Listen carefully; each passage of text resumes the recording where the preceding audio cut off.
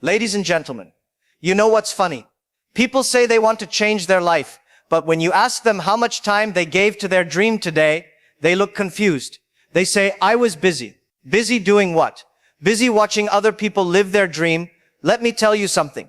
You don't need a new year to change your life. You just need one focused hour every single day. 1 hour. That's it. But that 1 hour, it has to be yours. Not your boss's, not your friends, not your phone's. Yours. The problem is, we treat our time like it's free, but cry when we lose money. People lose hours scrolling, gossiping, watching just one more episode, and then say, I wish I had time to work on myself. My friend, you did have time. You just gave it to someone else. Look around you. The world is not unfair. It's just divided between people who waste hours and those who use them. You can spend 1 hour watching reels of someone else's success or 1 hour building your own. The difference? Only time. Let me tell you a small story. A guy I met years ago used to complain daily, I have no time. He worked 9 to 6, came home tired, opened Netflix, scrolled until midnight. One day, he decided just 1 hour every night before bed, I'll study digital marketing. 1 hour, every day, no excuses. 1 year later, he was running his own agency. Same 24 hours. Same man, just one different decision. And that's what most people don't understand. Your life doesn't change in 1 year. It changes the moment you decide to give 1 hour to yourself every day. That's when your new life starts. People say, 1 hour can't change anything. Really? Then how come 1 hour of Netflix can change your mood? 1 hour of arguing can ruin your whole day? 1 hour of focus can't change your life. Of course it can. You just never tried. Here's the truth. Success doesn't belong to the smartest. It belongs to the most consistent. And consistency starts with that one golden hour every day. No distractions, no noise, just you working quietly while everyone else is too tired. Because in that 1 hour, you are not ordinary anymore. That's the hour that separates you from 99% of the world. That's the hour that decides who you'll be 1 year from now. So from today, I want you to remember one simple line. If you can win 1 hour, you can win your life. So the big question is, what do you actually do in that 1 hour? Because if you spend that 1 hour overthinking what to do, congratulations, you've just wasted it. Let me tell you this, that 1 hour is not about doing everything. It's about doing one thing that moves your life forward. Just one thing. See, most people don't have a time problem. They have a focus problem. They don't know what to give their attention to. One day they want to start a business. Next day they want to become a content creator. Third day they're watching 10 ways to make money while you sleep. My friend, you're not even awake properly. Forget sleeping rich. Let's be real. You can't build a new life in 1 day, but you can start shaping it in 1 hour. And that starts with clarity. Ask yourself, what skill, what habit, what small action could make my life better in 1 year? Then dedicate that 1 hour daily to it, like it's a meeting with your future self. If you want to get fit, 1 hour. If you want to learn a skill, 1 hour. If you want to build confidence, 1 hour. If you want to get financially strong, 1 hour of learning how money actually works. But whatever you choose, make it non-negotiable. You know what I noticed? People give their best energy to their jobs, their schools, their bosses, and when it's time to work on themselves, they say, I'm too tired. Of course you're tired. You gave your whole day to building someone else's dream. And that 1 hour at night, that's the only time left to build your own. 1 hour of your dream beats 10 hours of your job because 1 hour builds your future. 10 hours just pays for your present. Let me give you a relatable example. You know those people who say, I want to start a small business, but spend hours watching people who already did it. They know every success story on social media except their own. Imagine if they spent just 1 of those hours daily learning how to start, how to market, how to sell. They'd already be on their way. You see the pattern? It's not about time, it's about trade. You trade your hours for something, entertainment, comfort, excuses, or growth. And the smartest people trade at least 1 hour daily for their own growth. That's why one focused hour is more valuable than an entire distracted day. In 1 hour, you can design a plan, learn a new skill, improve your mindset, or simply sit quietly and think about your next move. Thinking with purpose is better than scrolling without one. So next time you say, I don't have time, just be honest. You do have time. You just haven't decided that your dream deserves it yet. At first, when you start giving yourself 1 hour a day, you won't notice anything. No fireworks, no big change, no miracle. In fact, it'll feel boring. Because growth never feels exciting at the start, it feels useless. You'll be sitting there reading, learning, planning, and a small voice in your head will say, "This isn't working, nothing's changing." But that's where most people quit, because they expect instant results from a slow process. Let me tell you something. Your life doesn't change while you're working. It changes because you worked. Change happens quietly, behind the scenes. Like your phone updating while you sleep, you don't see it, but the next morning, it runs smoother. That's what your 1 hour is doing for your life. You might not see the change after 7 days, but in 70 days, your friends will start to notice. In 6 months, your mindset will feel different. And in 1 year, your whole life will look different. You'll start talking differently. You'll start walking with confidence. You'll stop wasting time arguing or explaining yourself because you'll be too busy building something that makes noise on its own. People will say, "You've changed." And you'll smile and think, "Of course I have. I gave myself time to." Let me give you a relatable story. I once met a guy who used to waste hours on video games. One day, he decided 1 hour a day, he'd learn coding instead. First month, nothing happened. Second month, still nothing. Third month, he built a small app. 1 year later, he was freelancing online, earning more than his job. Now people call him lucky. But he's not lucky. He's consistent. That's what 1 hour does. It makes you lucky in slow motion. You start realizing something powerful. You don't need motivation every day. You need momentum. And that 1 hour daily gives you exactly that. It's like planting a tree. If you water it daily, it grows. If you dig it out every week to check progress, it dies. Success grows the same way, slowly, silently, but surely. And the best part? After a few months, that 1 hour becomes your favorite part of the day because it's yours. It's the only time you feel proud, alive, and in control. That's when you start realizing you're not just working on your goals. You're becoming the kind of person who achieves them. Here's the funny thing about progress. When you start giving 1 hour a day to yourself, suddenly the world starts treating you differently. Not because they changed, but because you did. See, most people live on autopilot. They wake up, rush to work, complain, scroll, sleep, repeat. Life becomes like an old playlist. Same songs, just different days. But the moment you decide to give even 1 hour to your own growth, you quietly step out of that cycle. You start seeing what others can't see. That most people are busy, not productive. Tired, not fulfilled. Connected online, but disconnected from themselves. And that 1 hour daily, it's your way out of that trap. At first, people around you will laugh. "Oh, you're reading now? Oh, learning something new again?" They'll roll their eyes, joke about it. But wait a few months, those same people will message you for advice. Because success is quiet in the beginning and loud in the end. You'll notice how your circle changes. When you grow, you outgrow. The people who used to gossip with you will suddenly feel boring. The people who talk about ideas, plans, growth, they'll start feeling magnetic. That's when you know your mindset has upgraded. And it all started with 1 hour. Let me give you an example. There's this young woman, she used to work at a local store, always tired, always complaining that life was unfair. One day she said, "Fine, I'll give 1 hour every night to learning digital marketing." She didn't have money for courses, so she watched free tutorials online. 6 months later, she got a freelance client. 1 year later, she quit her job. Now she earns 5 times more working from home. All because she invested 1 unpaid hour a day before anyone believed in her. That's the power of your unseen hours. People see your results, not your routines. They'll say, "You're lucky," but they didn't see those quiet nights where you were learning while others were watching Netflix. You know what's ironic? We all have 1 free hour every day, but most people use it to escape their life instead of upgrading it. They say, "I don't have time," while watching just 1 more episode. They say, "I'll start tomorrow every single day." And then they look at someone successful and say, they had opportunities. No, they had discipline. Even scientifically, 1 hour of deep focus daily compounds like crazy. Imagine 1 hour of reading, 365 days. That's 365 hours of learning in a year. That's like doing a master's degree on your own. 1 hour of working out daily, you'll be unrecognizable in 6 months. 1 hour of writing, planning, creating, you'll build something the world will notice. You don't need more time. You need to use the time you already have for yourself. And here's the biggest shift that happens. When you start working on yourself every day, you stop blaming others. You stop waiting for motivation. You start feeling responsible for your life. You no longer say, I can't. You start saying, how can I? That's a powerful transformation, because now you realize the world doesn't change when you complain. It changes when you improve yourself.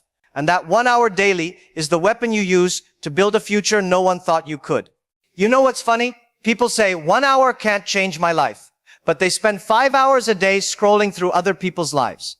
So clearly 1 hour does have power. It's just a matter of who you give it to. Think about it. If your screen time can build a billionaire's company, imagine what your focus time can build for you. See, one day you'll realize your phone is not the problem. Your priorities are. Because you say, I don't have time. But if Netflix released a new show tonight, suddenly time appears out of nowhere like magic. People become night owls when it's about entertainment, but half-dead zombies when it's about improvement. Let me tell you the truth. The biggest life upgrade doesn't come from buying a new phone. It comes from using your old brain differently for just 1 hour a day. Now, when you start doing this, giving 1 hour daily to your goals, it's not glamorous. Nobody claps when you read a book. Nobody celebrates when you watch a tutorial or write ideas in your notebook. There's no applause, no likes, no comments. It's just you and your future quietly forming in the dark. But one day, that silence becomes a roar. That's the day people start asking, bro, what happened to you? You're different. And you'll smile and think, nothing happened overnight. It's been happening every night. Because change doesn't send notifications. It just shows up one morning when you realize you've outgrown your old habits, your old mindset, and your old life. Now let's get real. At first you'll miss a few days. You'll feel lazy. Your brain will say, just skip today. One day doesn't matter. But that's the same brain that said that last year. And look where that got you. Still thinking about starting. So stop negotiating with your excuses. Show up, even when it's boring. Because growth is boring before it's beautiful. When you give yourself that 1 hour daily, something magical happens. You start respecting yourself. You start trusting yourself again. You start realizing that you are not lazy. You are just uninspired. And the more you show up, the more confidence you build. Not the fake kind, not the post a quote and feel powerful kind. The real confidence that comes from keeping promises to yourself. Let me tell you how life rewards that. When you give 1 hour daily to learning, life gives you opportunities that used to scare you. When you give 1 hour to your health, life gives you energy that others can't match.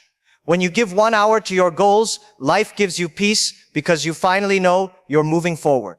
And guess what? That 1 hour daily starts affecting everything else.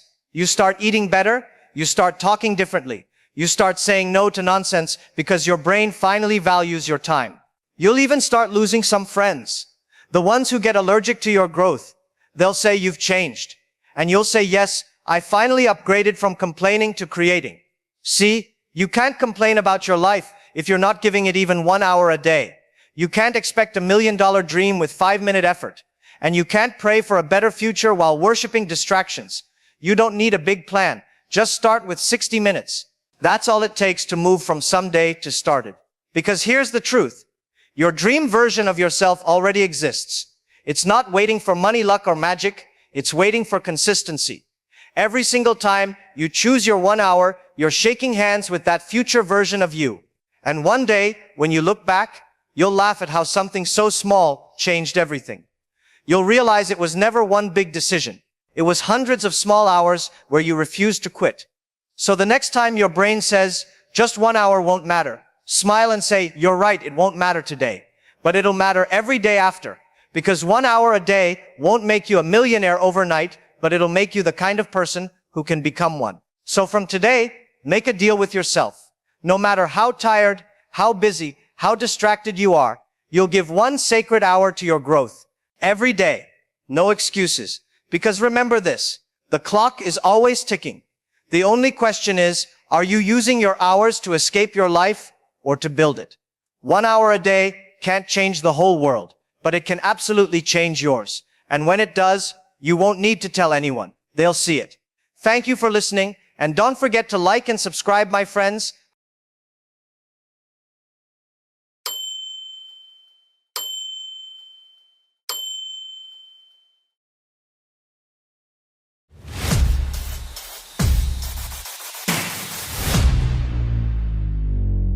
Ladies and gentlemen, One day you'll wake up at 40, 50, or 60 and realize all those just this once excuses quietly stole your dreams.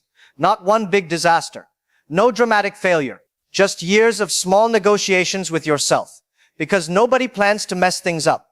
You don't wake up and say, today I ruin my future. You say something smarter. I'll start tomorrow. I'm tired today, just this once. And just this once has ended more dreams than bad luck ever could. At night, you're unstoppable. At 11:59 p.m., you're motivated, focused, disciplined, a legend in your own head. Tomorrow you'll wake up early. Tomorrow you'll work hard. Tomorrow you'll change everything. Then tomorrow arrives. The alarm rings. You don't even open both eyes. Just one. And your brain immediately becomes a lawyer. Sleep is important. Rest is productivity. Successful people don't rush. So you hit snooze. Not because you're lazy, because you're reasonable. That's the scary part. Now let me give you a real example. Early in his career, Virat Kohli, famous cricketer of India, wasn't the disciplined machine you see today. He was talented, but inconsistent. Critics questioned his fitness, his focus, his professionalism. He could have said, I'm young, it's fine. He could have said, just this once won't matter. And nobody would have blamed him. But instead of defending his excuses, he removed them. He changed how he trained. He changed how he ate. He changed how seriously he took every single day. Same talent, different daily standards. That's the difference most people miss. Excuses don't sound dumb. They sound intelligent, caring, responsible. Skipping one workout feels like self-care. Delaying one decision feels like planning. Scrolling just for 5 minutes turns into a masterclass in time travel. Think about it. How many things have you almost started, not failed? Almost started. The course you bought and never opened. The idea you explained perfectly to friends, but never tried. The version of you that keeps getting postponed like a boring meeting. You didn't quit. You just kept saying, soon. Here's another example. Shah Rukh Khan didn't come from privilege when he arrived in Mumbai. No film family. No safety net. No guarantee. He could have waited. He could have said, let me settle first. Let me get comfortable. Let me wait for the right moment. But there is no right moment, only moments you move in. While others waited for permission, he showed up. While others protected comfort, he took risk. And that's the point.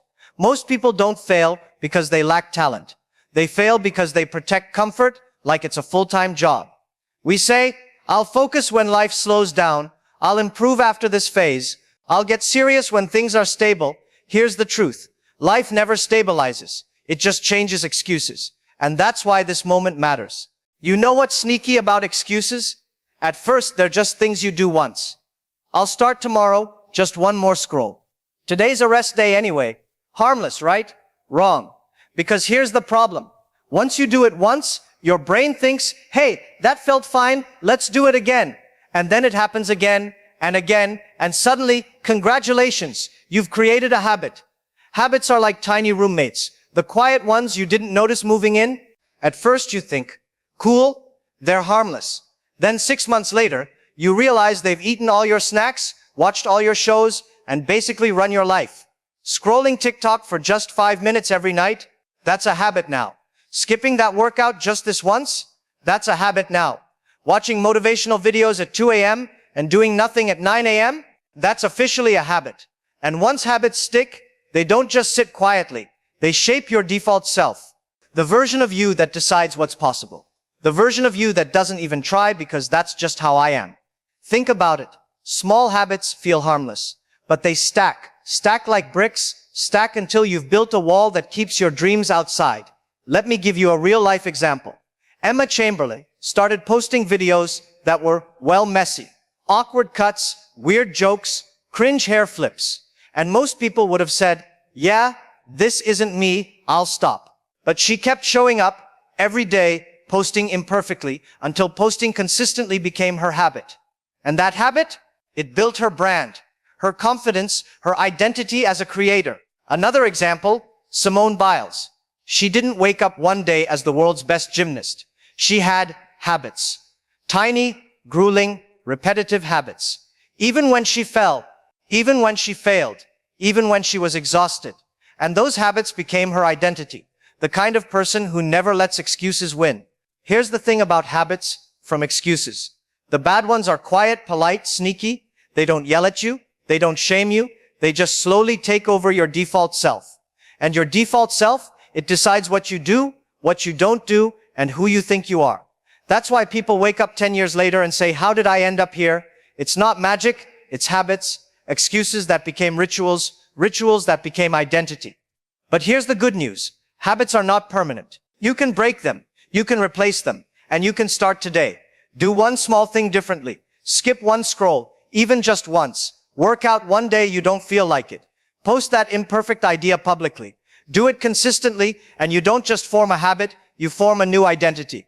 Your future self is just the result of tiny decisions stacked over time. And right now, your excuses are stacking the wrong way. But one tiny change today, that's enough to start rebuilding. You know what's ruthless about life? It doesn't wait for you. Not one bit. You can snooze, scroll, rest, or plan forever, and life will just keep moving. That email you didn't send, someone else sent it. That idea you never pitched, someone else did. That skill you thought about learning but kept postponing, someone else mastered it while you were scrolling another TikTok. And here's the thing. Life doesn't argue with you. It doesn't say, I'll wait. It just moves quietly, like a bus leaving while you're still tying your shoes. We all do it. I'll start tomorrow. Next week, for sure, just one more episode, and suddenly, that opportunity you thought would wait, gone. Let me give you some real examples. Albert Einstein didn't exactly scream genius as a child. He didn't talk until age 4. Teachers said he was slow. He could have waited for the perfect moment to learn or start thinking. He could have said, I'll try later, when I catch up. But he didn't. He kept learning. He kept experimenting. He kept thinking. Life didn't wait for him to catch up. He acted anyway. And then there's Thomas Edison. Thousands of failed experiments before he invented the light bulb. Could he have waited for perfect conditions? Sure. Could he have stopped after one failure? Absolutely. But he didn't. He showed up again and again. The point is clear. Opportunities don't wait. Life doesn't stop for you to get ready.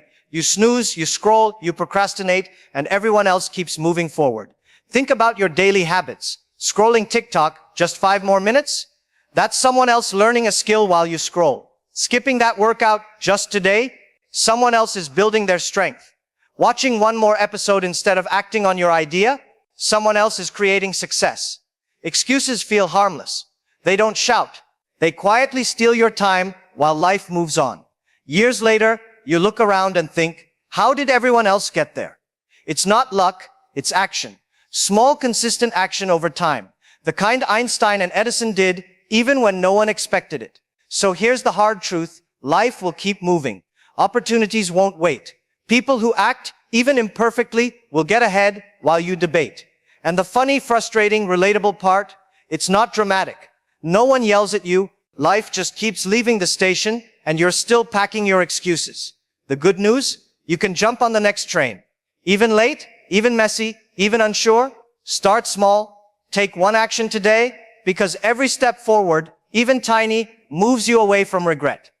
Miss too many trains though, and one day you'll realize life quietly moved on without you.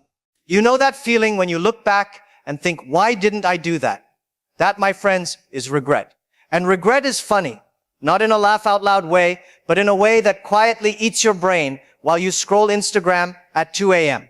You let small excuses rule your days. You say, I'll do it tomorrow. I'm too tired today. Just this once.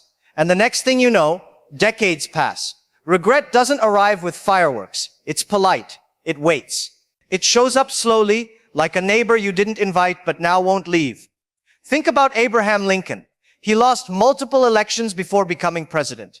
Could he have said, I'm done, clearly politics isn't for me? Sure. And if he had, history would have moved on without him. Instead, he kept showing up, kept failing, kept standing, because he refused to let excuses define him. Now imagine the opposite. Imagine someone who could have acted but kept saying, I'll wait for the right moment. I'll try next year. I'm not ready yet. Regret quietly stacks like emails you never answered. And here's another classic example. Beethoven. Deafness. Poverty. Critics. He could have given up. He could have said, music isn't worth the struggle. But he kept composing, kept performing, kept creating masterpieces we still celebrate today.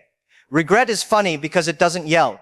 It doesn't confront you in dramatic speeches. It whispers, you could have, you should have. And because it whispers, most people ignore it until it's loud, until they're 40, 50, 60, and realize the songs they never composed, the votes they never earned, the dreams they never chased are gone.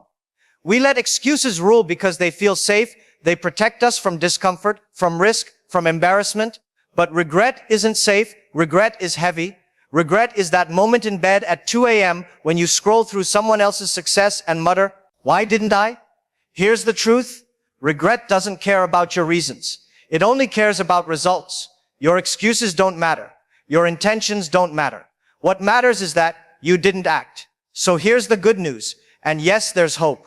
Even regret can be a signal. Even if you feel it quietly building, it can wake you up. One small action today can stop decades of regret. Send that message. Start that project. Speak up. Take the first step, no matter how messy. Because the moment you start acting, regret loses its grip. And let me tell you, life is hilarious in that way. It doesn't give medals for waiting. It gives results to the people who acted imperfectly. So avoid the polite whisper of regret. Don't let excuses stack into habits that control you. Don't let life move on while you scroll and wonder. Start now, even badly, even awkwardly, because every action today is one less regret tomorrow. We've talked about excuses, how they sneak in quietly, how just this once becomes a habit, how habits silently shape your identity, how life keeps moving while you wait, and how regret patiently waits for the day you finally notice. It's a lot, isn't it? But here's the thing. None of it is permanent. Excuses are temporary. Habits can be broken. Regret can be outrun. And you don't need a perfect plan. You don't need a guaranteed win. You just need one step. One tiny, ridiculous, imperfect step. It's funny, really. We all think success needs a 10-year master plan, but sometimes it's just showing up. Even badly. Even awkwardly. Even when your brain screams, I'll do it tomorrow. Let me remind you, life doesn't wait. Einstein didn't wait to speak. Edison didn't wait to fail. Jordan didn't wait to practice. Beethoven didn't wait to compose. All of them just started. And guess what? That's exactly what you can do. Start before you're ready. Start even if it's messy. Start when everyone else is scrolling, sleeping, or making excuses. Because every step you take today is a punch in the face to all the just this once excuses you've been letting control your life. And here's the beautiful motivating part. You don't need to be perfect. You don't need permission. You don't even need full confidence. You just need to start. So tomorrow, don't hit snooze. Don't scroll endlessly. Don't wait for the right moment. Start small. Start weird. Start awkward. Start imperfect. Because one day, maybe 10 years from now, you'll look back and smile. Not because everything went perfectly, not because it was easy, but because you acted. You started despite the fear, despite the excuses, despite life moving on. And that, my friends, is how small daily actions turn into extraordinary lives. So get up, show up, take that first step. Because excuses are temporary, but regret lasts forever. And you, my friend, deserve better than that. Thank you for listening, and don't forget to like and subscribe, my friends.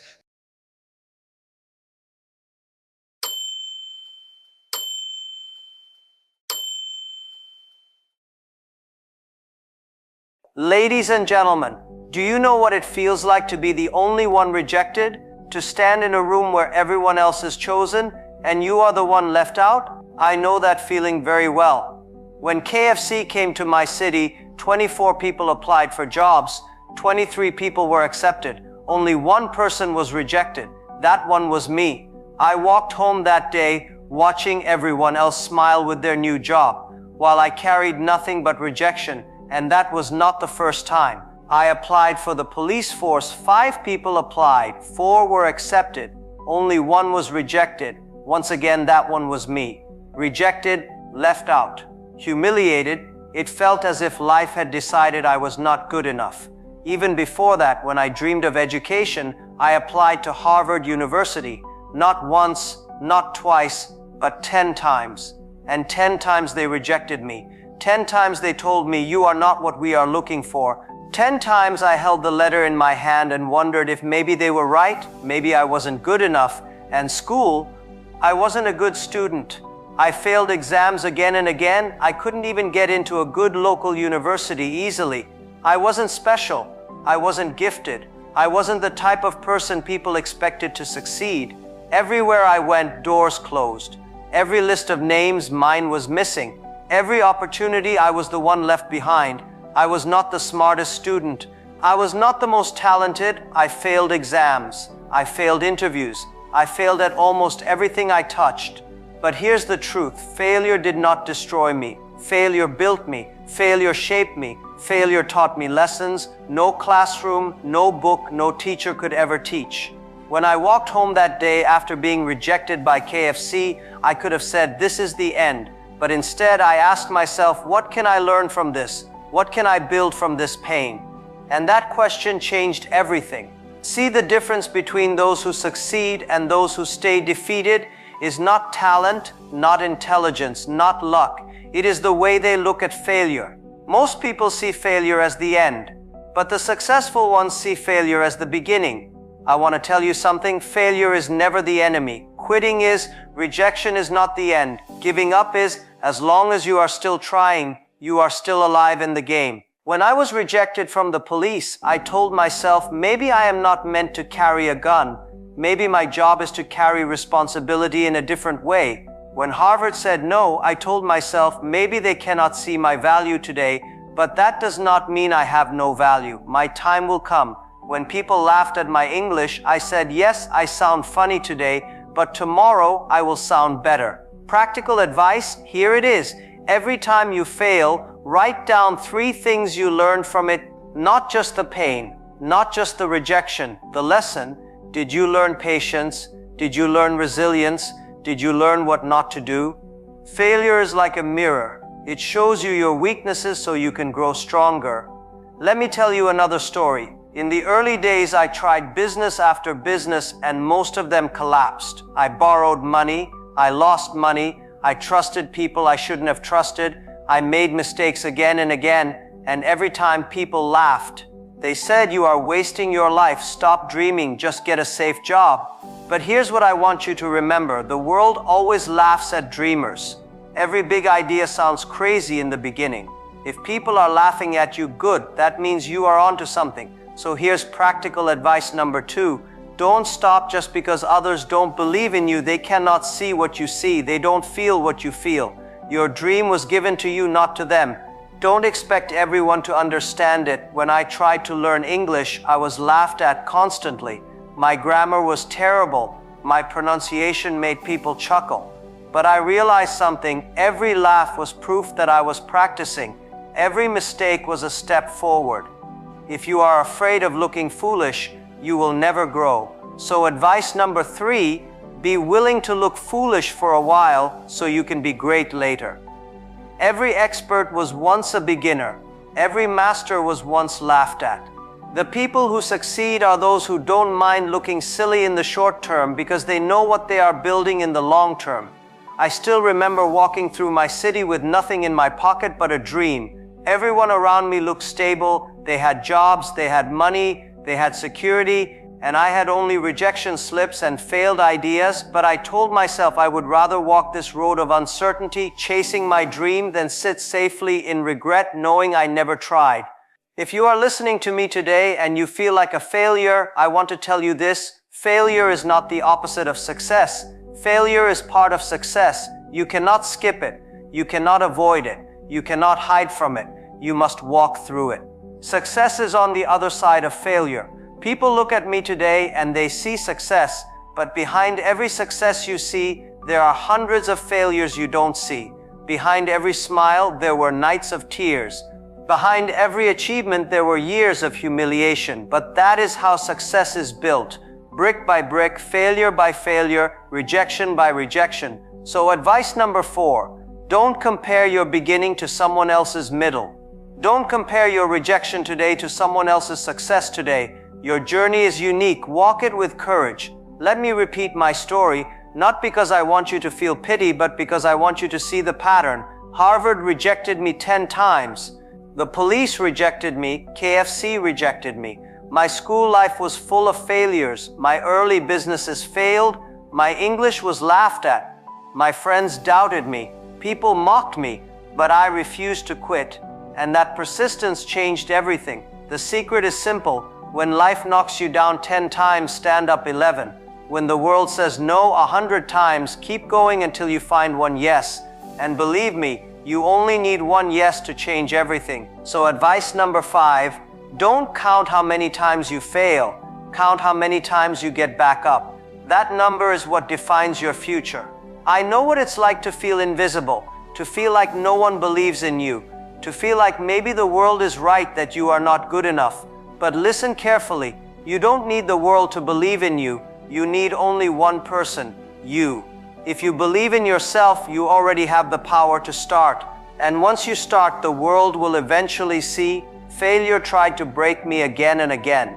But every time it pushed me down, I stood up stronger.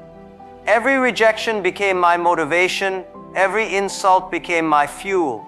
Every failure became my teacher. And slowly, the tide turned. Slowly, opportunities came. Slowly, success appeared. The same people who laughed began to ask, "How did you do it?" And my answer is always the same. I did not quit. That is all. Not luck, not genius, not special talent, just persistence.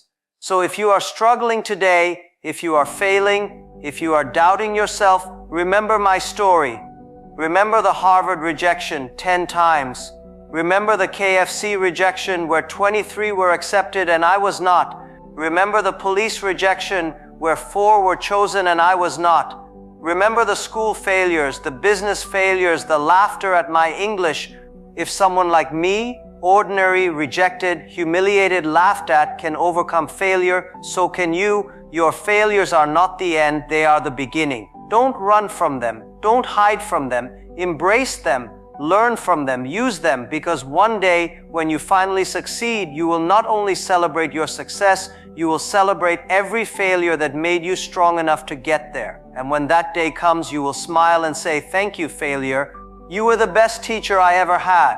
That is how I overcame failure, not by avoiding it, not by fearing it, but by walking through it, learning from it, and rising every single time it tried to break me. And if I can do it, so can you. Thank you, my friends.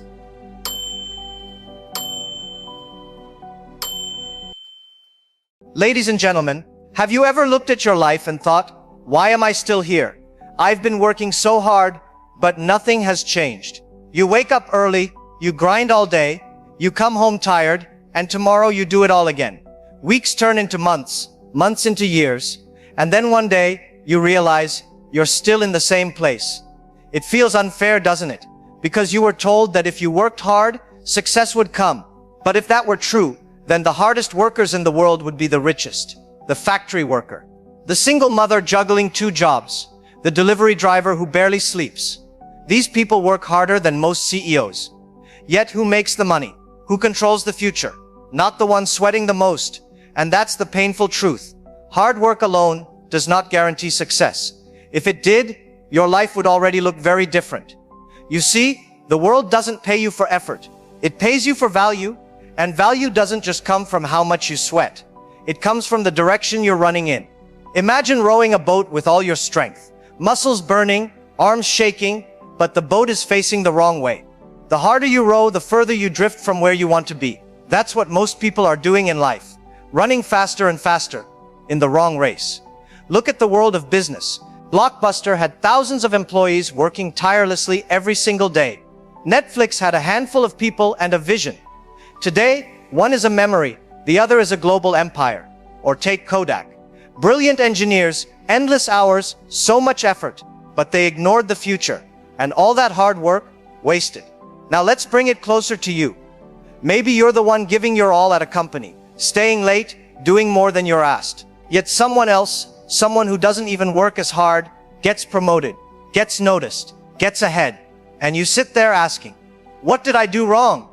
Here's what happened. They weren't just working, they were positioning. They were learning the right skills, building the right relationships, moving in the right direction. They combined effort with strategy. And in this world, strategy beats sweat every single time. Think about the treadmill. You can run for an hour, drenched in sweat, heart racing. But when you get off, you're in the exact same place. That's what a lot of people are doing with their lives. They mistake movement for progress.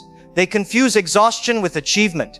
And at the end of the day, they wonder why nothing has changed. Now compare that to someone who steps outside, walks slowly but in the right direction. An hour later, they're in a new place. Not as sweaty, not as tired, but further ahead. That is the difference between working hard blindly and working hard with purpose. Two friends, same age, same neighborhood. One works non-stop, believing that effort is enough.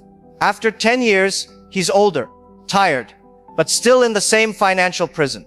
The other works his job, but every night he builds a skill the world values: marketing, coding, sales, communication.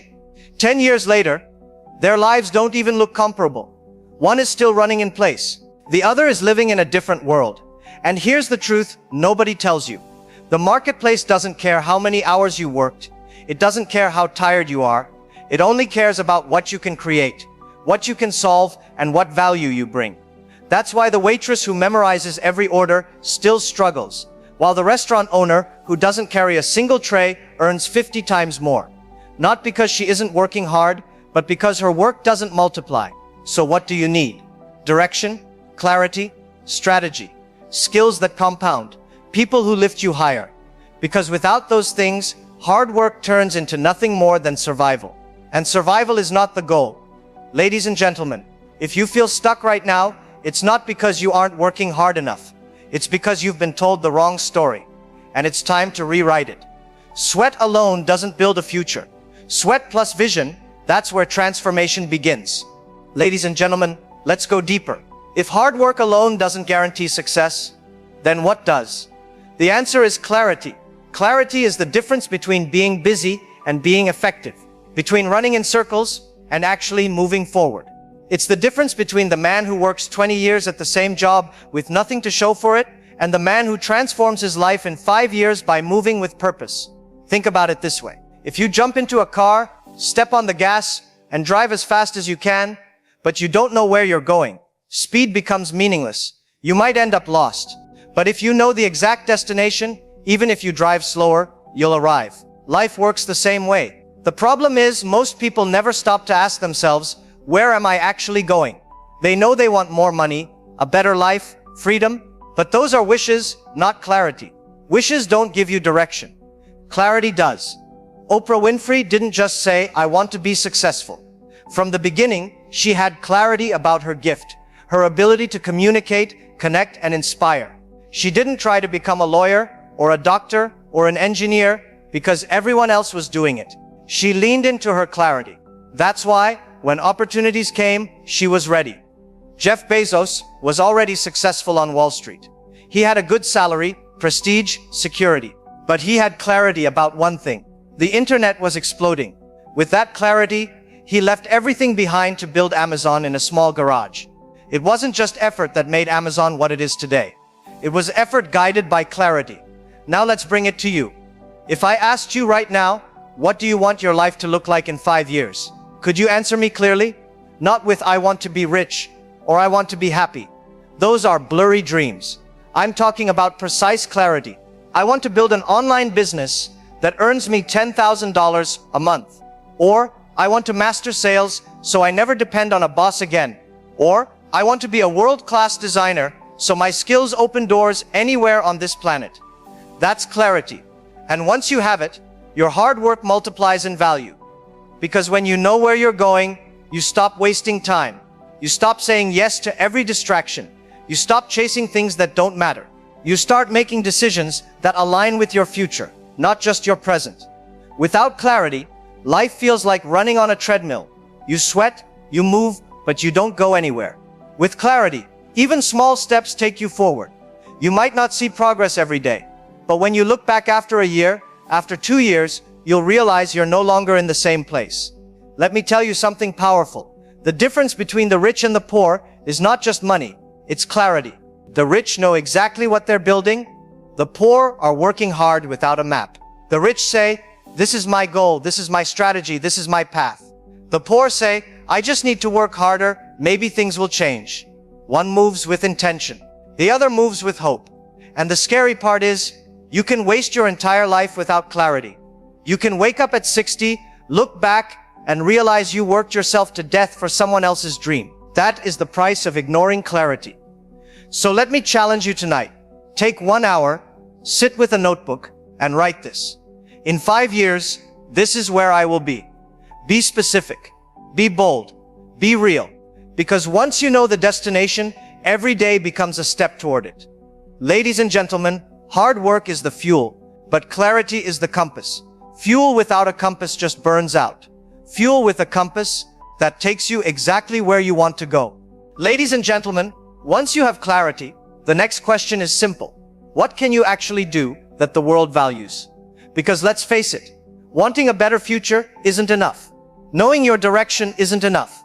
You need skills. And not just any skills, the right skills. Skills are what separate the dreamers from the doers. Skills are the reason one person gets paid $15 an hour and another gets paid $15,000 for a single phone call. Both are human, both work hard, but one built skills the world can't ignore. Think about Steve Jobs. He didn't build Apple because he worked the longest hours in the factory. He built it because he had vision and the skills to bring together design, technology, and storytelling in a way nobody else did. Elon Musk, he didn't just work hard, millions of people work hard. He studied physics, engineering, and economics. He built skills that gave him leverage to solve massive problems. But let's not just talk about billionaires. Think about an ordinary person. Let's say someone works at a coffee shop. They show up on time, they're polite, they take orders, clean tables. They work hard, right? But their paycheck is the same as the person next to them who barely cares. Why? Because the job doesn't reward effort, it rewards the skill level. Now imagine this same person spends 1 hour a night learning digital marketing, or coding, or sales. Within a year, they can leave that coffee shop job. Within 3 years, they can make more than their manager. Not because they started working harder, but because they started working smarter. Ladies and gentlemen, the marketplace is brutally fair. It doesn't care how many hours you put in. It doesn't care how tired you are. It only cares about one thing. What can you do that others can't? If you're watching this and you feel stuck, it's not your fault. Most schools never taught you this. They taught you to memorize, obey, and fit in, not to stand out. But in the real world, the people who rise are the ones who develop rare skills. Communication, leadership, creativity, technology, sales. These are the skills that turn effort into freedom. Let me give you an example. Imagine two people start in the same company. One just does their job. They follow instructions, never complain, never improve.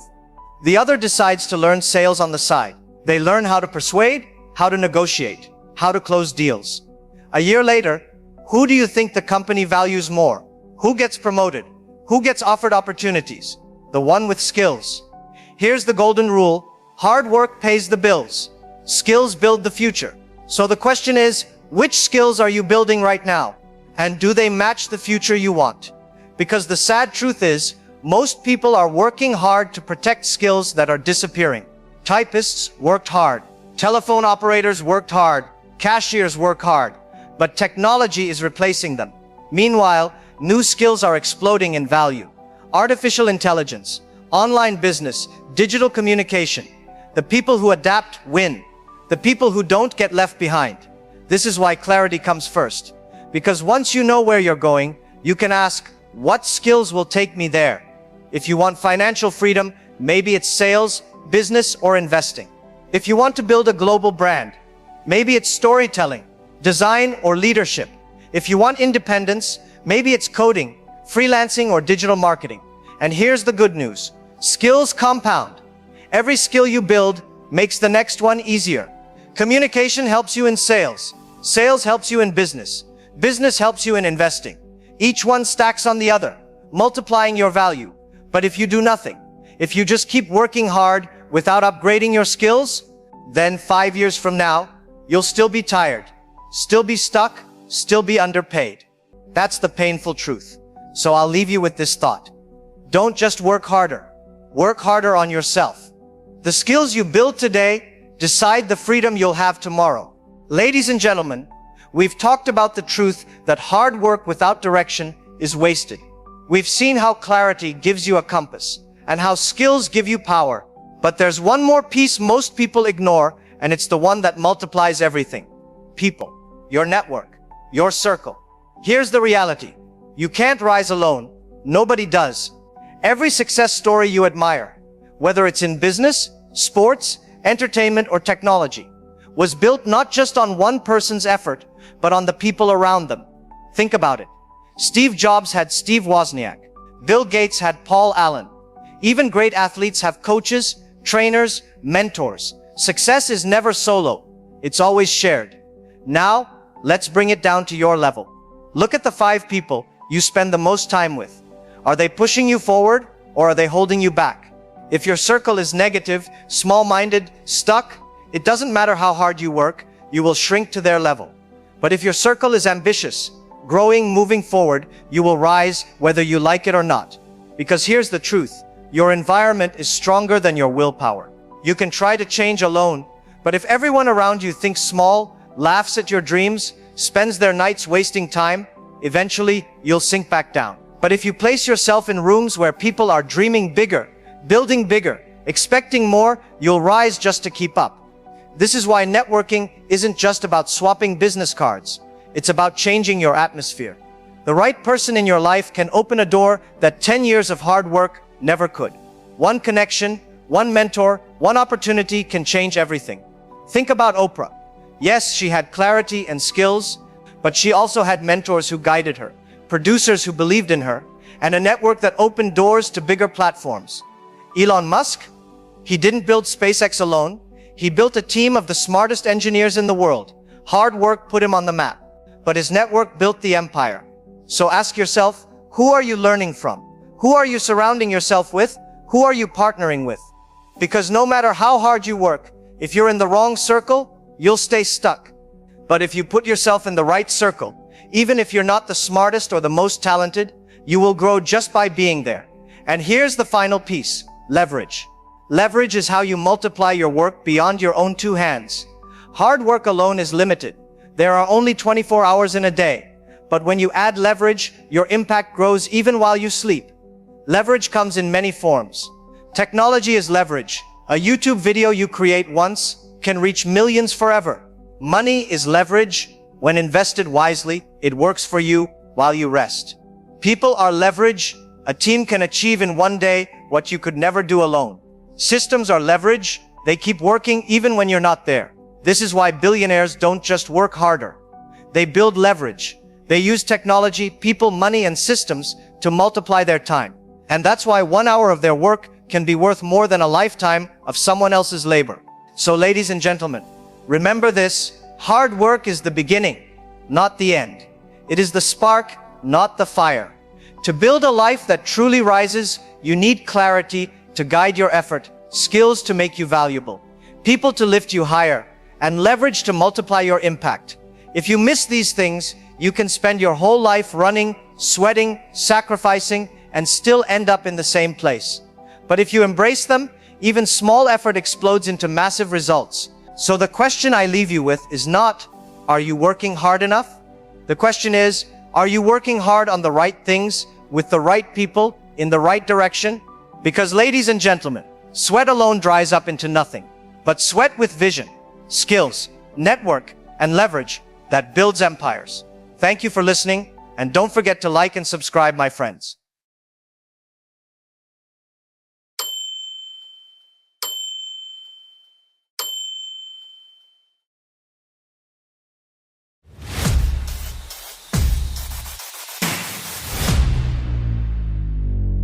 Ladies and gentlemen, people always ask me, what's the real secret of life?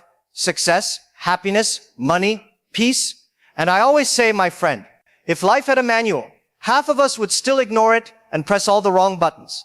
Because life isn't difficult, it's just designed like a smartphone, with all the important features hidden in the settings menu. You think you know what's going on until suddenly, boom, life updates itself, crashes twice, and asks for your password. So today, I want to talk about something nobody teaches in school: the hidden laws of life. These 7 laws control everything: your relationships, your money, your self-worth, your energy, even your mood when your Wi-Fi stops working at the best part of a movie. And the funny thing, these laws are working whether you know them or not. just like gravity. So let's start with the first law. This one changed my life, my business, my friendships, everything. And I promise you will recognize it immediately in your own life. First law is the law of unconscious mirrors. This law says something very simple. People treat you exactly how you secretly treat yourself. Not how you pretend, not how you act on Instagram, not how confident you look in selfies. No, it's all about how you feel about you when nobody is watching. Let me explain. Have you ever noticed how some people walk into a room and immediately everyone respects them, even though they didn't say a single word?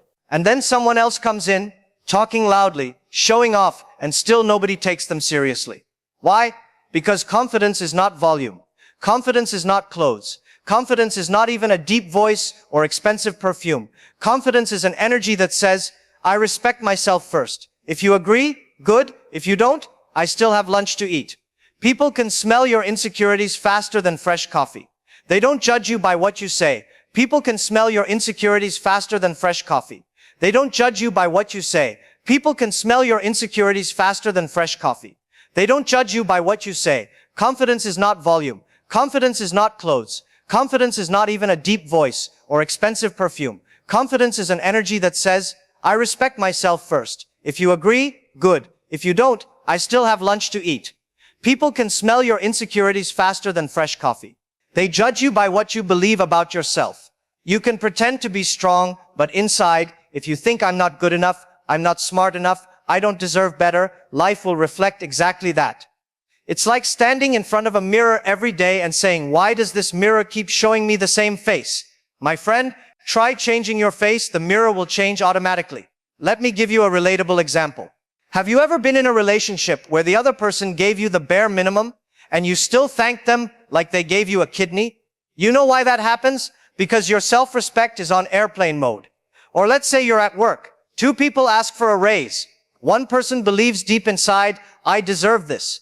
The other believes, I hope they don't fire me for asking. Guess who gets the raise? Life is always scanning your internal beliefs and then matching them.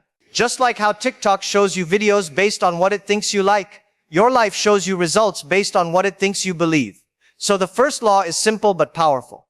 Upgrade how you treat yourself, and life will update how everyone else treats you.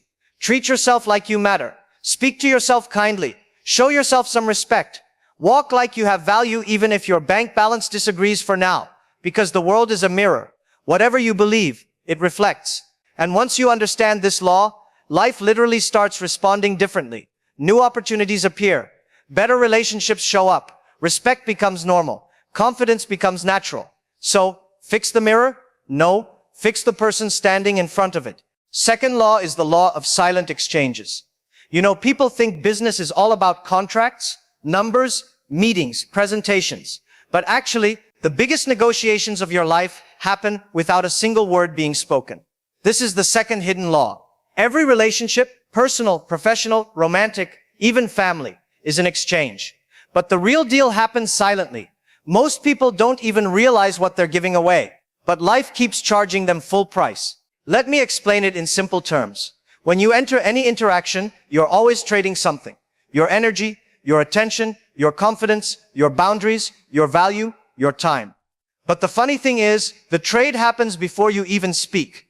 It's like a shop where the price tags are invisible. But somehow everyone knows exactly how much you are worth based on how you show up. Let me give you a business example. I once sat in a meeting with a guy who offered a brilliant service, but he kept shrinking in his chair like the meeting room rent wasn't paid. Quiet voice, nervous smile, I hope this is okay for you, and the client instantly treated him like a discount item. He lost the deal, not because of the service, but because of the energy he traded. The silent exchange was, I'll give you my value, and in return, you give me approval. Wrong deal. On the other hand, I met a guy selling a very basic idea, but he walked in like the world was waiting for him. Not arrogant, just grounded. He sat tall, listened calmly, and didn't rush. Before he even opened the slide deck, the client already respected him. That's the law. People don't negotiate with your words, they negotiate with your presence. Now let's take a relatable example. Because not everything is boardrooms and coffee cups. Think about friendships. We all have that one friend who calls only when they need something. Bro, I need money. Bro, I need your car. Bro, I need your charger. My friend, are you a human or a mobile phone with low battery every day? But the reason they keep taking is simple. At some point, silently you agreed to a bad exchange or relationships.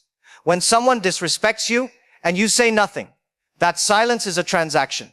You just traded your peace for their comfort. Even family has silent exchanges. Every family gathering has that one uncle who wants to give you career advice, even though his own career is hiding somewhere in the basement. But we listen politely, because rejecting advice from an elder requires courage we only have when someone cuts the line at KFC. Now, why is this law so important? Because once you understand it, you stop giving away your value for free.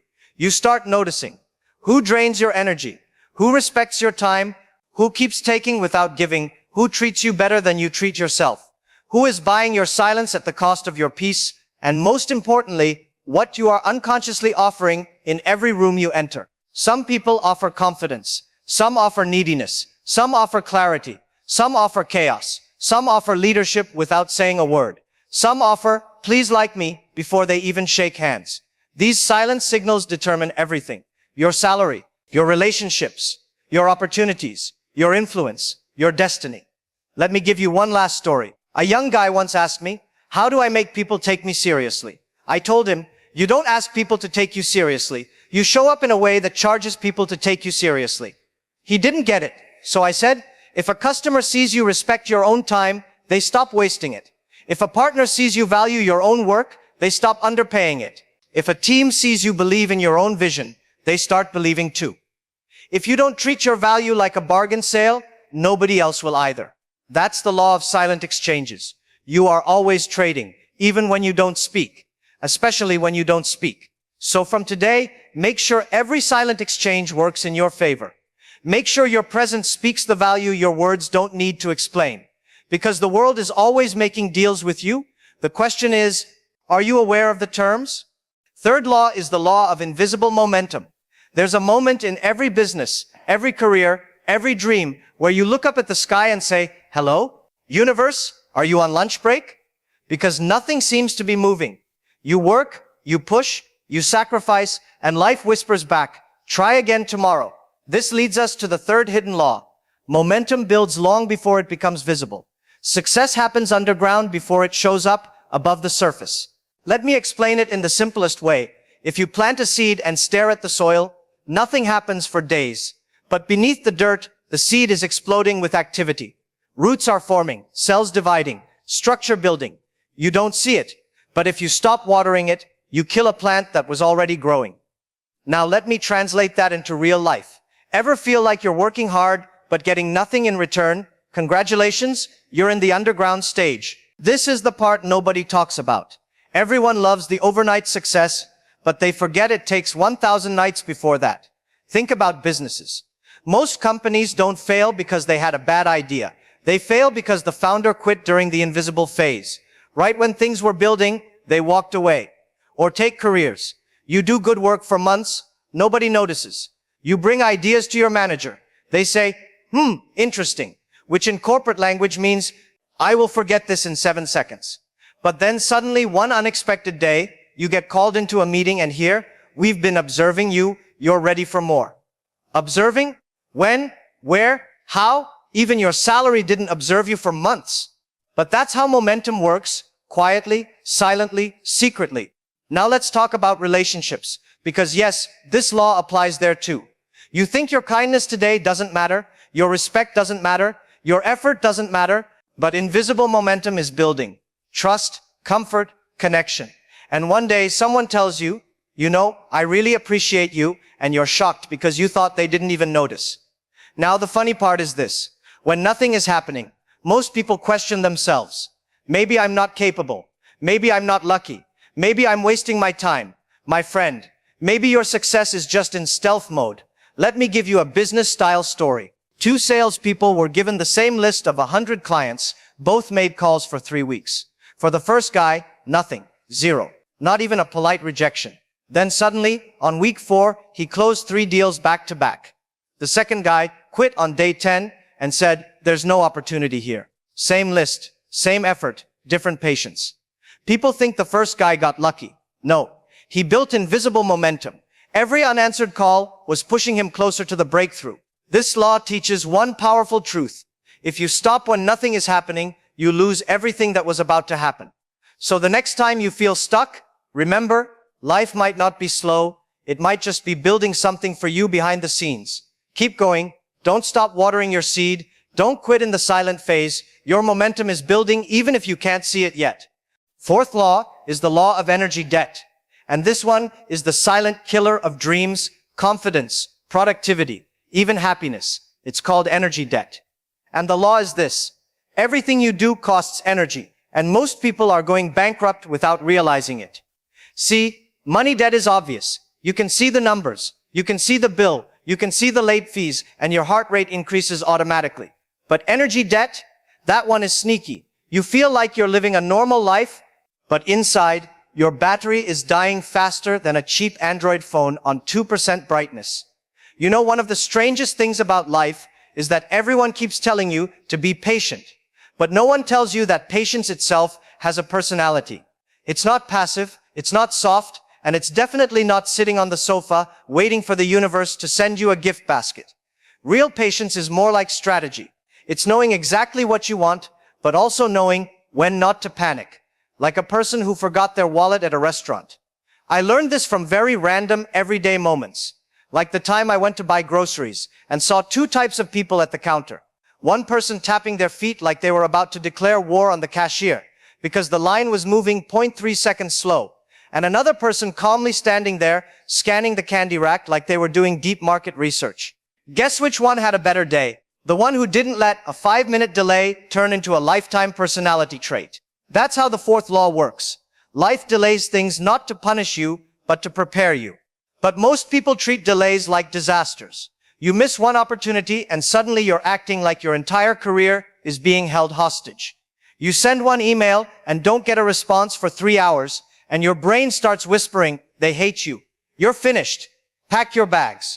Relax. They probably just went to lunch. The funny thing is, the world actually rewards the person who doesn't freak out. The calm one in the room becomes the trusted one. In business meetings, I've seen people lose deals simply because their desperation was louder than their words. But the person who waits, observes, listens, doesn't force things. Somehow that person always walks out with the upper hand. Why? Because patience signals confidence. And in life, confidence is currency.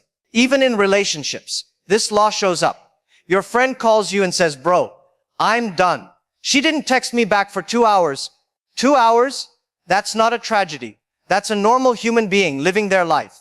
But we treat every pause like it's sabotage. We rush, overreact, chase, push, panic, and then wonder why things fall apart.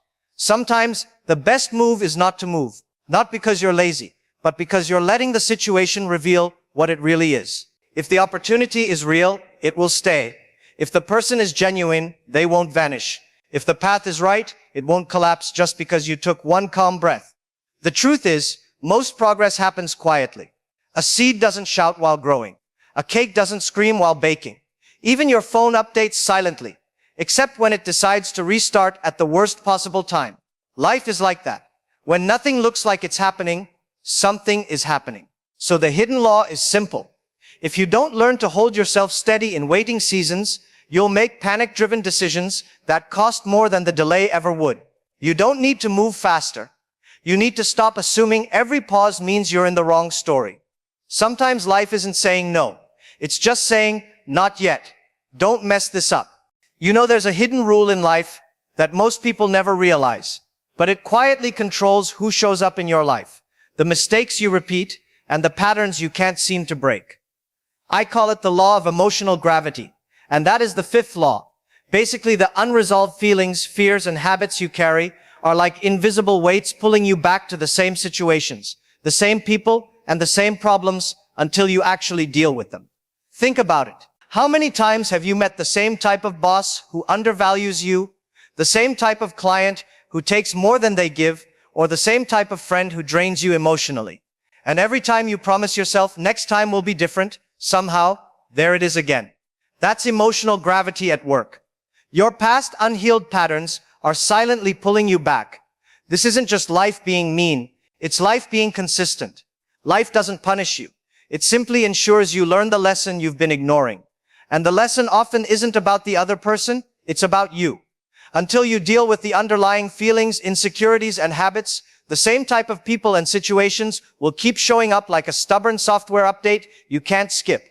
Even in business, this shows up all the time. You take on clients who always pay late because you never addressed your own fear of confrontation. You keep working with employees who never deliver because you never set boundaries. You repeat bad partnerships because you didn't examine your role in them. The universe doesn't care about excuses. It mirrors back the energy you bring and the issues you ignore. And the funny part is, it's often small things in daily life that reveal this law. You keep picking the same kind of restaurant that never serves food properly. You scroll through social media and notice you always compare yourself to the same type of people. You enter arguments with family or friends and end up saying the same words over and over. Until you understand why, emotional gravity will pull you into the same loops. The good news is, once you finally decide to face what's inside your fears, your insecurities, your patterns, everything changes. Suddenly, the people you attract, the opportunities that come, and the results you get start shifting. Life stops repeating itself because you're no longer pulled by what you didn't resolve. You start walking forward instead of being dragged backward. So here's the secret. Pay attention to what keeps coming back in your life. Not as punishment, not as coincidence, but as a signal. That's your emotional gravity. Fix the root, change the patterns. And suddenly, everything starts moving differently. You'll notice new doors opening, new people showing up, and new chances appearing, all because you finally dealt with what you were carrying inside. There's a very sneaky rule in life that most people never notice, but it basically decides how much respect you get, how much money comes to you, and even how seriously people listen when you speak. I call it the law of perceived value. And that is the sixth law and flaw. And here's the truth. Life doesn't give you what you deserve. It gives you what people think you're worth. And the crazy part, sometimes you're the one telling them the wrong price. Think about it. How often do you see someone with an average idea getting millions of dollars because they walked into the room like the world had been waiting for them? And then you, with a brilliant plan, slouch in, mumble a bit, and suddenly everyone treats you like you just brought expired milk to the meeting. Why? Because you didn't signal value. You didn't make people believe they should care. And it's funny how we sabotage ourselves without even knowing it. You send an email like, "I hope this is okay," instead of, "Here's the solution you need." You apologize for being on time, for being honest, for having an opinion. You undercharge for your work because you secretly believe, maybe I'm not worth it. Newsflash, if you signal low value, life will happily charge you the low value price. Even small things matter. Walk into a coffee shop and watch people. The person who orders confidently, makes eye contact, smiles, gets extra cream. The person who stammers, whispers, apologizes for existing, gets stale coffee, and maybe a side eye from the barista. Same drink, different energy. Same principle, perceived value. Now, in business, this law is hilarious but deadly. I once met a guy pitching an app that could literally change the way people travel. He sounded unsure, kept saying, "It's probably okay, I don't know if you'll like it," and investors nodded politely, then moved on. Another person pitched a simple to-do list app like it was the second coming of productivity itself, walked out with $2 million. That's the law in action. People pay attention to confidence, not just competence. Even in relationships, this is everywhere. You know that friend or partner who treats you like a priority while you're busy acting like a doormat? Yeah, you're signaling low value, and the world is just matching the signal. People rarely treat you better than you treat yourself. Rarely. And if you don't fix that, they'll keep giving you the discount version of respect. So if you've been wondering why nobody takes you seriously, why money feels slow, why opportunities pass you by, check your energy, check your signals, stop underpricing yourself in every interaction. Life mirrors what you project. Raise your perceived value, and life will adjust. It's not arrogance, it's math. And the best part, once you understand this law, you stop wasting time convincing people you're worth it. You simply act like it. And suddenly, everything that should come to you starts finding you faster than someone grabbing the last piece of pizza at a party. You know, there's one final hidden rule in life, and this one is like the caffeine of all the other laws. I call it the law of action bias. Basically, the universe doesn't hand out rewards to the person who waits perfectly, plans perfectly, or waits for the stars to align. It rewards the person who moves, who acts, who dares to make a decision, even if it's messy, imperfect, or slightly ridiculous. Think about it. How many times have you said, "I'll start tomorrow"? Tomorrow never comes. And then you feel like life is stuck, like the world is holding its breath, waiting for you to magically figure out the perfect plan.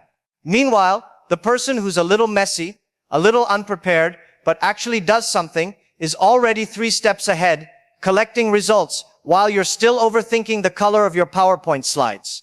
Even in daily life, this law is hilarious. You want to meet someone new, but you rehearse your words for 3 days, overthink every gesture, and by the time you open your mouth, the opportunity is gone. You want to try a new skill, but you watch 5 tutorials, read 10 blog posts, and binge watch motivational quotes. Still, your hands never touch the work. Life isn't waiting for perfect. Life responds to motion. This law is everywhere in business. The startups that launch with half-finished apps, the writers who publish messy drafts, the speakers who give talks without memorizing every word, they win. Not because they're perfect, not because they're flawless, but because they took action when most people were still stuck planning, worrying, or waiting for permission from the universe. And the universe, it loves courage disguised as movement. Even relationships work this way. Waiting for someone to magically notice you, waiting for the perfect timing, waiting until you feel ready. While you're frozen, life is moving on and someone else is showing up, talking, acting, living. Action creates opportunities. Hesitation creates nothing but regret and awkward stories you tell at parties. And here's the fun part. Action doesn't have to be heroic. It can be tiny, almost ridiculous, and still powerful. Sending that email, picking up the phone, saying yes to a small opportunity, starting a morning routine, even if you're tired or scared, that's action. Momentum begins the moment you move. Life loves movement. The universe is basically a fan club for people who do. So here's the final truth.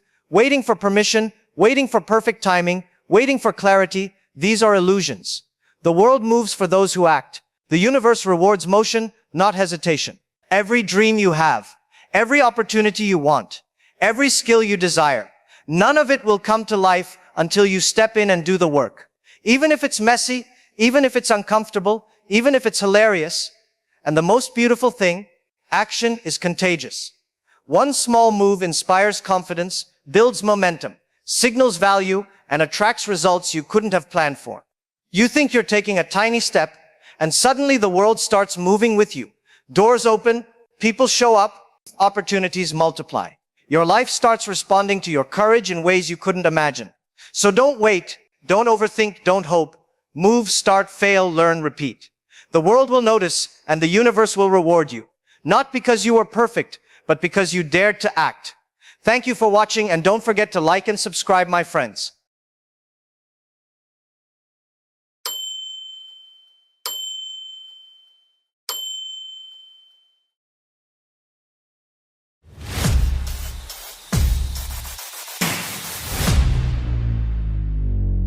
Ladies and gentlemen, your life right now is basically a subscription plan. Some of you pay monthly in the form of stress, some yearly in the form of regret, and many of you didn't even read the terms and conditions. But the biggest charge on your life? Not Netflix, not Amazon, not inflation. It's your lack of self-discipline. Most people don't lose to failure, they lose to their own habits. And today we're going to fix that. Because the truth is simple. If your habits are poor, your results will always be expensive. Now, before we get into anything deep, let's talk about the real problem with discipline. People think it's about strength. No. Self-discipline is basically parenting yourself, and many adults still need adult supervision. Think about your own life. You tell yourself, "I'll start tomorrow," more consistently than Apple releases new iPhones. You tell yourself, "You'll wake up early," but your alarm clock is basically background music for your dreams. You tell yourself you'll focus, but somehow your phone sends you on a world tour of apps you didn't even open intentionally. So let's fix this by giving you the strongest technique first, the foundation for everything else. I want to start with a story about someone you definitely know. A few years ago, when Cristiano Ronaldo was asked why he never touches junk food during training, he said, "I already decided long before the temptation came." That line is worth more than most books. He didn't need discipline in the moment. He needed discipline before the moment. Most people try to be strong when the pizza is already in front of them, when the show already autoplayed, when the phone already buzzed, when the bed already looks like heaven. That's not discipline, that's negotiation. And you lose 99% of those negotiations. So here is the first technique to master self-discipline. Pre-decide your difficult choices. Decide before you need discipline. Want to wake up at 6? Don't decide at 5:59. Decide the night before. Put your phone across the room. Now when the alarm rings, you have to walk like a half-awake warrior to turn it off. But you'll stand up. And once you stand up, the battle is already won. Want to stop wasting time scrolling? Don't decide when you're already bored. Decide now. Remove the apps from your home screen. Don't leave them there like a chocolate cake on your desk. Want to stop eating junk food? Don't decide when the burger is staring into your soul. Decide at the grocery store. If it doesn't enter the house, it can't enter your stomach. Successful people from Serena Williams to top CEOs don't rely on willpower. Willpower is weak. Environment is strong. Systems are strong. Pre-decisions are strong. Let me give you a relatable example. Imagine you're on a diet. Your friend says, "Bro, let's just get one fries. We'll share." That's not sharing. That's emotional manipulation. If you didn't decide beforehand, you will say yes. Because humans don't make powerful decisions under temptation. We make them before temptation. So here's your homework. Take the 3 things you always fail at: waking up, studying, working out, focusing, and pre-decide your rules the night before. Write them somewhere if you have to, because discipline becomes easy when decisions are already made.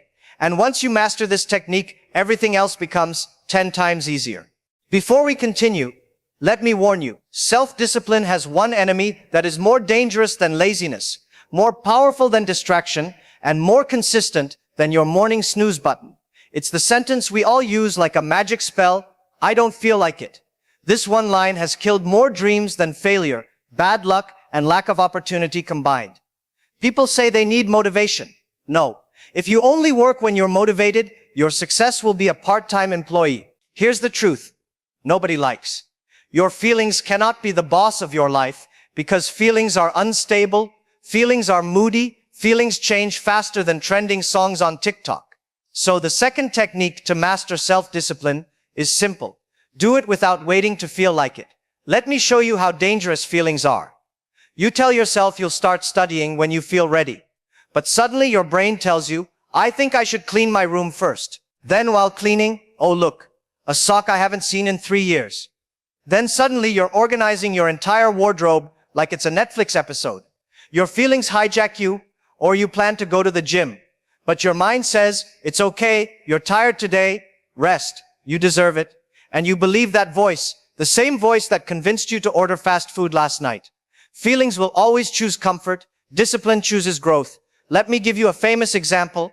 Do you think Michael Phelps woke up every morning feeling excited to swim 6 hours a day? No. He said in an interview, "I trained on days I felt good and on days I didn't. The days I didn't want to go. Those days built me." Success is not built on motivation. It's built on consistency during the days you don't feel like it. Now here's a relatable example. Remember in school when the teacher asked, "Who wants to present first?" Your heart immediately yelled, "Not me." But the one student who went first, finished early, felt proud, and was stress-free. Meanwhile, the rest of us sat there dying inside for 40 minutes. Life rewards the people who act first, not the ones who wait to feel ready. So how do you apply this? It's simple, but powerful. Give yourself a feelings don't matter rule. You do the action no matter the mood, rain or shine, motivated or unmotivated, inspired or half asleep. If you plan to read for 20 minutes, you read. If you plan to run, you run. If you plan to study, you study. Not because you feel like it, but because you said you would. Let me tell you something powerful. You don't become disciplined by doing things when you're motivated. You become disciplined by doing things when you're not. Anyone can work hard on a good day. Discipline is built on the bad days. Here's a trick that works like magic. When your brain says, "I don't feel like it," you answer with one sentence, "Feelings are not the CEO here." Your feelings can make suggestions, but they cannot make decisions. Do this for 1 week. Just 1 week, and your discipline will grow more than it has in the last 5 years. Because once you stop waiting to feel ready, you become unstoppable. Most people don't fail because they're lazy. They fail because they are overestimating their future self. You know that future version of you, the one who magically wakes up early, reads books, studies for hours, exercises daily, never procrastinates? Yeah, that guy doesn't exist. You created him to avoid doing things today. We all have this imaginary superhero living in our head. You're scrolling at 2 a.m. and saying, "It's okay. Future me will wake up early." You skip studying and whisper, "Future me will catch up tomorrow." You avoid the gym and tell yourself, "Future me will go twice next week." Future you is the most abused person alive. He works double shifts, fixes all your mistakes, carries all your guilt, and somehow still has six-pack abs. So the third technique to master self-discipline is powerful and brutally honest. Shrink your goals into guaranteed wins. Why? Because your brain hates big goals. Big goals feel like heavy luggage, and your brain will always tell you to carry it tomorrow. Let me show you how this works. Imagine someone who hasn't read a book in 3 months. Suddenly they decide, "I will read 40 pages every day." After 2 days they stop. Why? Because that goal feels like homework mixed with emotional damage. But if they start with just 5 pages, the brain doesn't panic. It says, "Oh, that's easy, we can do that." 5 pages become 10, 10 become 30. But the discipline sticks because the start was simple. Here's a famous example. When Jerry Seinfeld, one of the most successful comedians ever, was asked how he practiced writing jokes, he didn't say, "I wrote for 3 hours daily." He said, "I wrote 1 joke a day, just 1. But I never broke the chain." He didn't rely on motivation. He relied on small wins. Let me give you a relatable example. Have you ever planned to clean your whole room? And suddenly, you're lying on the bed, overthinking your entire life. But when you say, "I'll just fold the clothes on that chair," you end up cleaning half the room without realizing. Why? Because starting small destroys resistance. Your brain isn't scared of tiny goals. It's terrified of huge ones. So here's how you apply this technique. Whatever your goal is, studying, gym, reading, learning a skill, reduce it to the smallest possible consistent action, not the impressive action, the guaranteed one. If you want to build the habit of running, your first goal isn't 5 kilometers. Your first goal is put on shoes and walk for 5 minutes. If you want to start writing, your first goal isn't write a whole chapter. It's write 5 sentences. If you want to meditate, don't start with 20 minutes. Start with 2. Here's the magic. Small actions remove fear. Fear removed creates consistency. Consistency creates mastery. People don't become champions by doing big things sometimes. They win by doing small things every day. Your biggest enemy is not your laziness, not your distractions, not even your excuses. Your biggest enemy is something invisible. You can't see it, but it runs your entire life like an undercover boss. It's your environment. People think discipline is about inner strength, but let me tell you something that will sting a little. You don't rise to your goals, you fall to your environment. Give the most disciplined person a room full of distractions, and they will lose. Give the laziest person a room designed for focus, and they will win. Environment beats willpower every single time. Let me prove it with something very simple. Have you ever gone to the kitchen just to grab water and came back with snacks you didn't even plan to eat? That wasn't hunger. That was environment.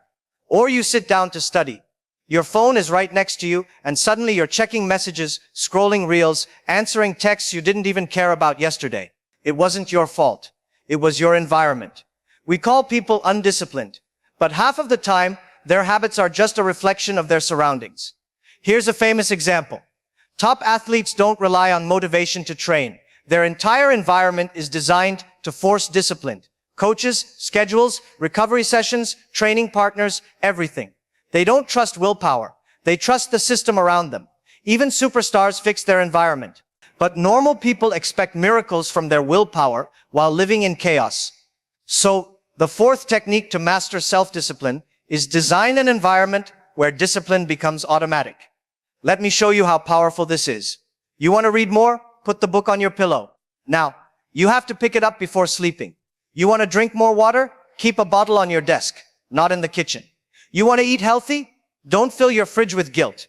Fill it with options that don't require you to fight yourself. You want to stop scrolling endlessly? Put your phone in another room while working. You can't fight your phone when it's 5 inches from your face. One of the greatest productivity experts said, if you want to stop eating cookies, don't keep them in the house. Simple. But 90% of people keep the cookie and blame their willpower. Let me give you a relatable example. Have you ever noticed that you become more productive in a cafe or library? It's not magic, it's environment pressure. Everyone around you is working, so your brain says, let's not embarrass ourselves, do something. Your environment is quietly programming your behavior. So here's how you apply this technique starting tonight.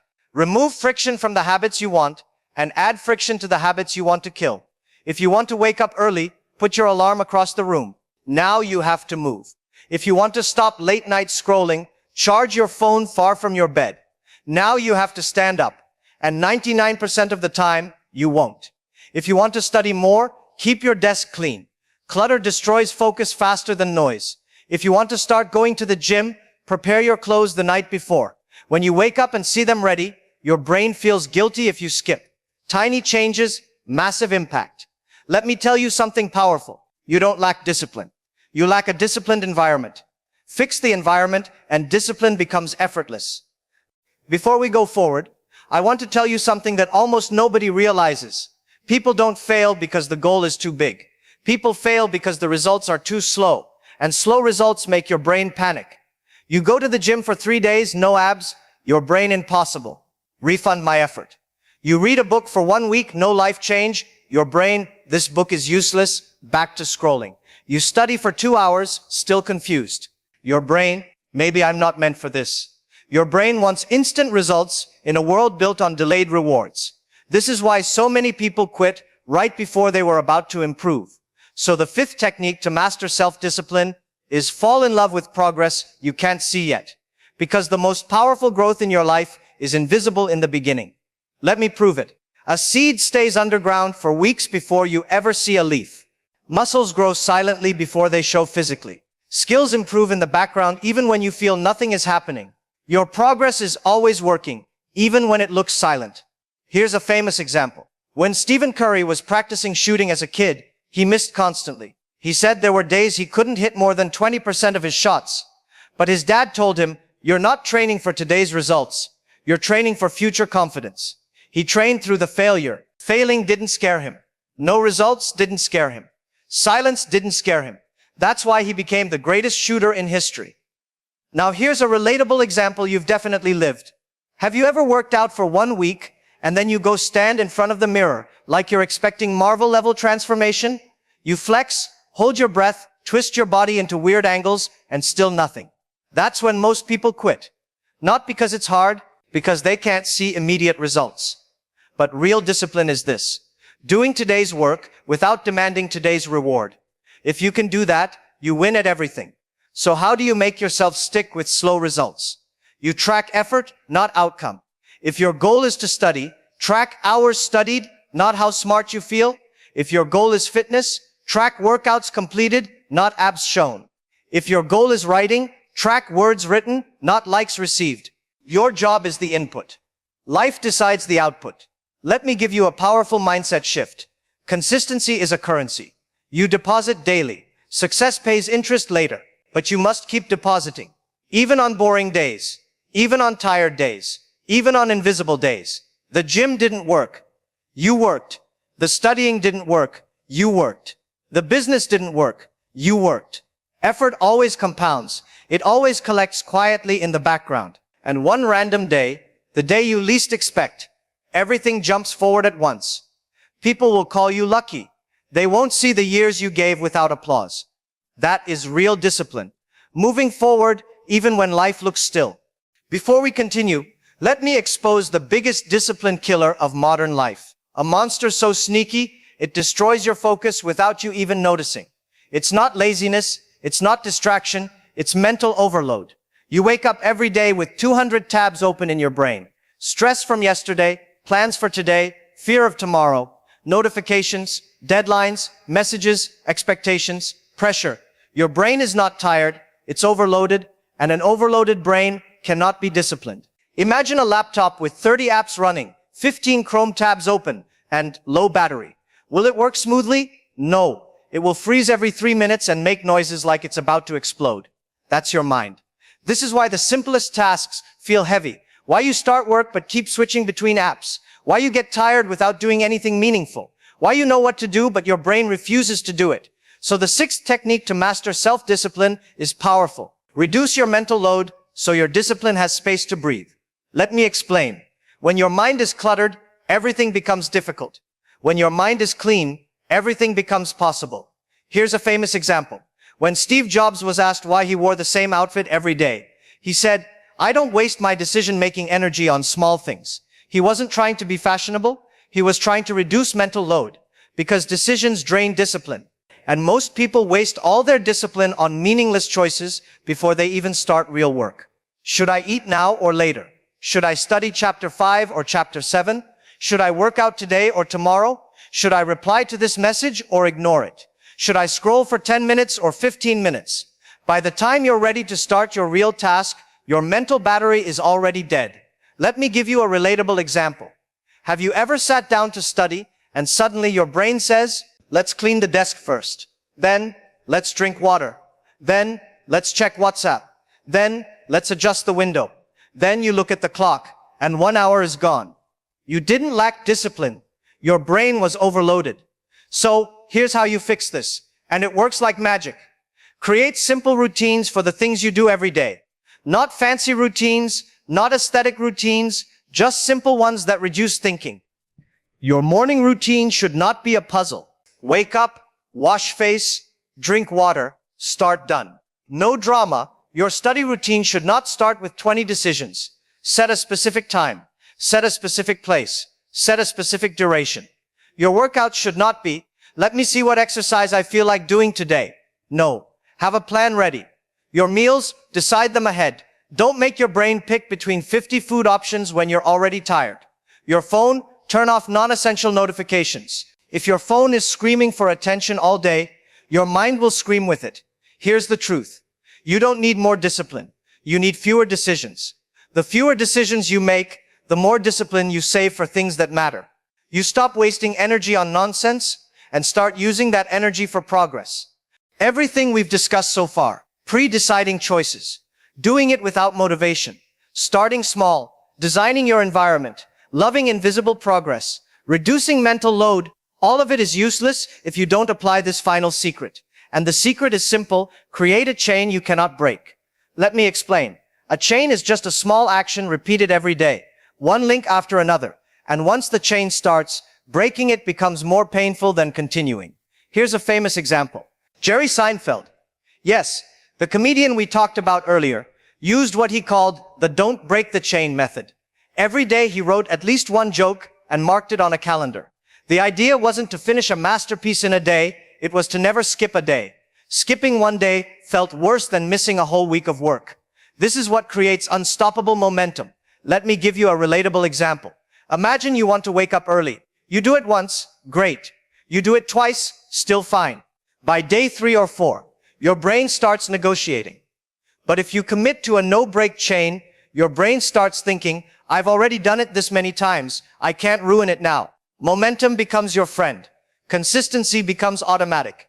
Even small actions become huge when repeated. Think about brushing your teeth. You don't decide every morning whether to brush, you just do it. It's automatic. Discipline doesn't feel like discipline when it becomes a chain. Now let's take it to life-changing level. You want to study every day? Write 1 page per day. It's tiny, you'll never fail. But mark it on your calendar. See the chain grow. Breaking it will hurt more than continuing. You want to exercise? Do 5 push-ups every day? Mark it, no skipping. Eventually 5 push-ups turn into 10, 20, and you're actually in shape, and the chain did the work, not brute willpower. You want to meditate? 1 minute a day? Mark it. Suddenly, it becomes a habit. Here's the key. The chain is visual. You see it, you feel it, you protect it. Your brain naturally wants to keep it going. Discipline isn't about being strong every day. Discipline is about building a chain so unbreakable that even your lazy self respects it. And the beautiful part, chains multiply. Once you have one unbreakable habit, adding another is easier. Soon your life becomes a chain of powerful actions. Momentum carries you forward. Motivation isn't needed. Discipline runs on autopilot. So here's your action plan tonight. Pick one habit you want to build. Make it so small you cannot fail. Mark it visibly, calendar, app, notebook. Do it tomorrow and never break the chain. That's it. Everything else, planning, environment, pre-decisions, supports this chain. This is the culmination of all the techniques, because when your chain grows, your discipline grows. When your discipline grows, your life grows. And when your life grows, everything you want, wealth, skill, confidence, freedom, follows naturally. So take these 7 techniques and start today. Pre-decide your choices. Do it without waiting to feel like it. Shrink your goals, design your environment, fall in love with invisible progress, reduce your mental load, and create a chain you cannot break. Master these, and I promise you, life stops being a series of random events and becomes something you build intentionally. Discipline isn't just a skill anymore, it becomes your superpower. Now go out there and build your chain. No excuses, no delays, just action. Because your future self is already waiting. And trust me, he's rooting for you. Thank you for listening. And don't forget to like and subscribe, my friends.